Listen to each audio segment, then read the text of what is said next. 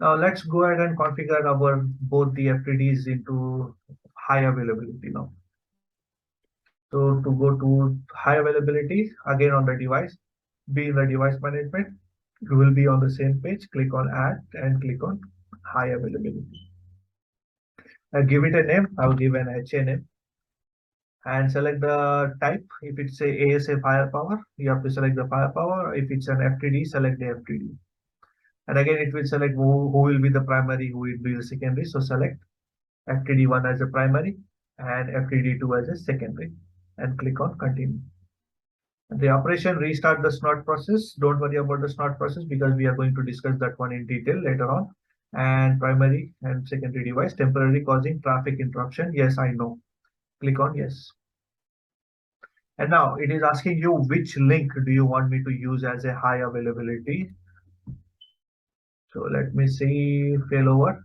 I am using gig 0/3 interface. So I will use the same thing. Interface will be gig 0/3. Now before I configure this one, it will I was supposed to do a no shut of the interface gigabyte 0/3, but here it will do it automatically. Now again, the state link, I will select the same thing. So once I select the same interfaces, it will block out the secondary one. Now logical name, if you remember in the active standby in the ASA also we said that the particular interface will be gig 0/2 with the logical name as a LAN with the IP address and the secondary IP address. So I will go ahead and say that it's a LAN.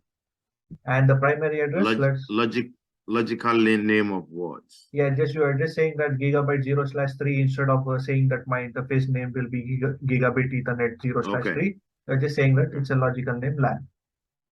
Okay. Interface renaming. Okay.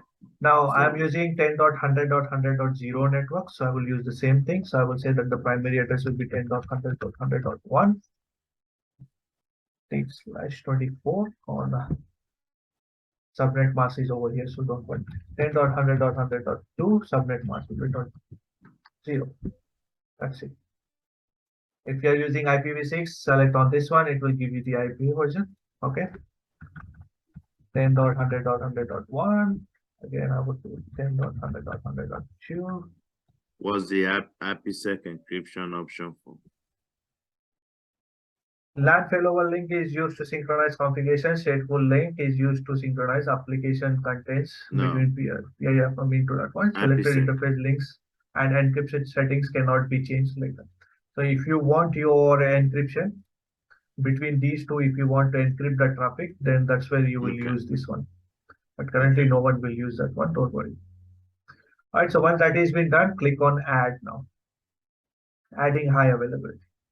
And one more difference over here is that if you remember in the ASA, when we configure that interface gig 0/0, right?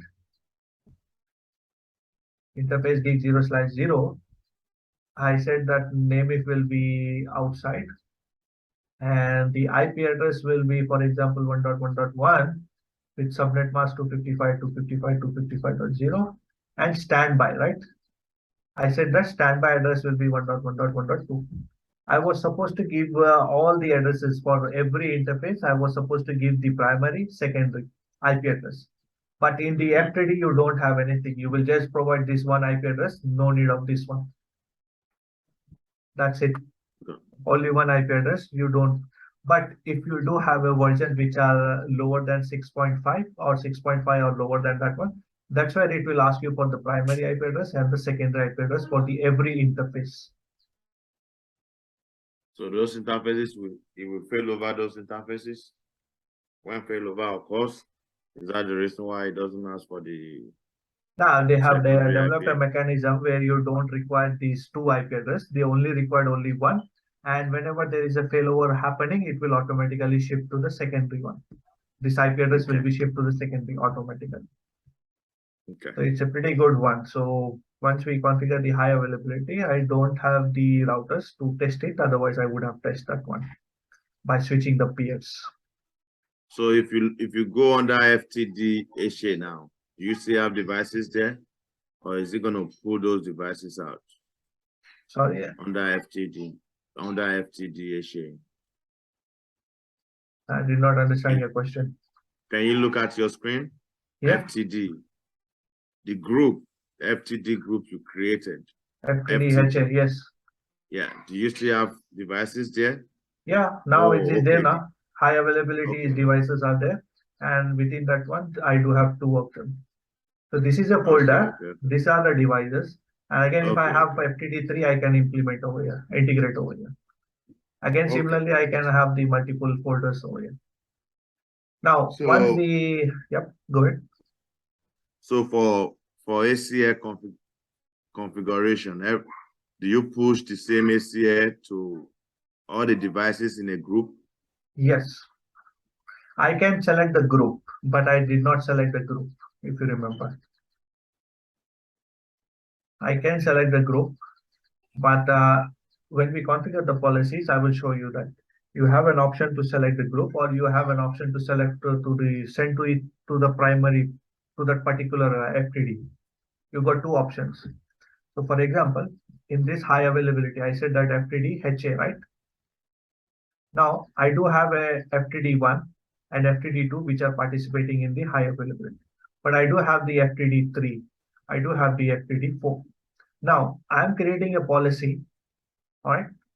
When I create a policy, I want that is similar to everyone. So if I apply to here, if I apply here, if I apply here, everyone is having the similar policies. Configuration is the same for everyone. So that's why what I can do is that instead of sending the configuration, selecting these two, this one, what I can do, I can just select this FTD HA. I will say that, okay, push this policy to this particular firewall, that means folder. So whatever the FTDs which are located within this folder, all will be applied with that policies. So this is in case if you have a multiple FTDs, that's when you will utilize these folders, groups, and all those things.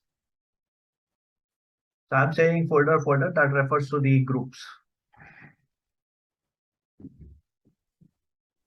All right, so it will be pretty easy in certain ways. But anyhow, when you have multiple FTDs, definitely every FTD will have a different configuration. So it will be very less likely that you will be pushing to that group instead of the individual FTDs. Right, so let's go back to the high availability, and you can see that the task is running still. So it will take time. So once that is been finished, what I have to see that you are not able to edit the FTDs individually. You see that FTD1, I don't have any option to edit. FTD2, I don't have any option to edit. But instead, I do have an option to edit the high availability. So whatever I'm going to do, everything will be applied to the high availability. And when I click on edit, it is taking me straight away to the high availability with the information, all the information away.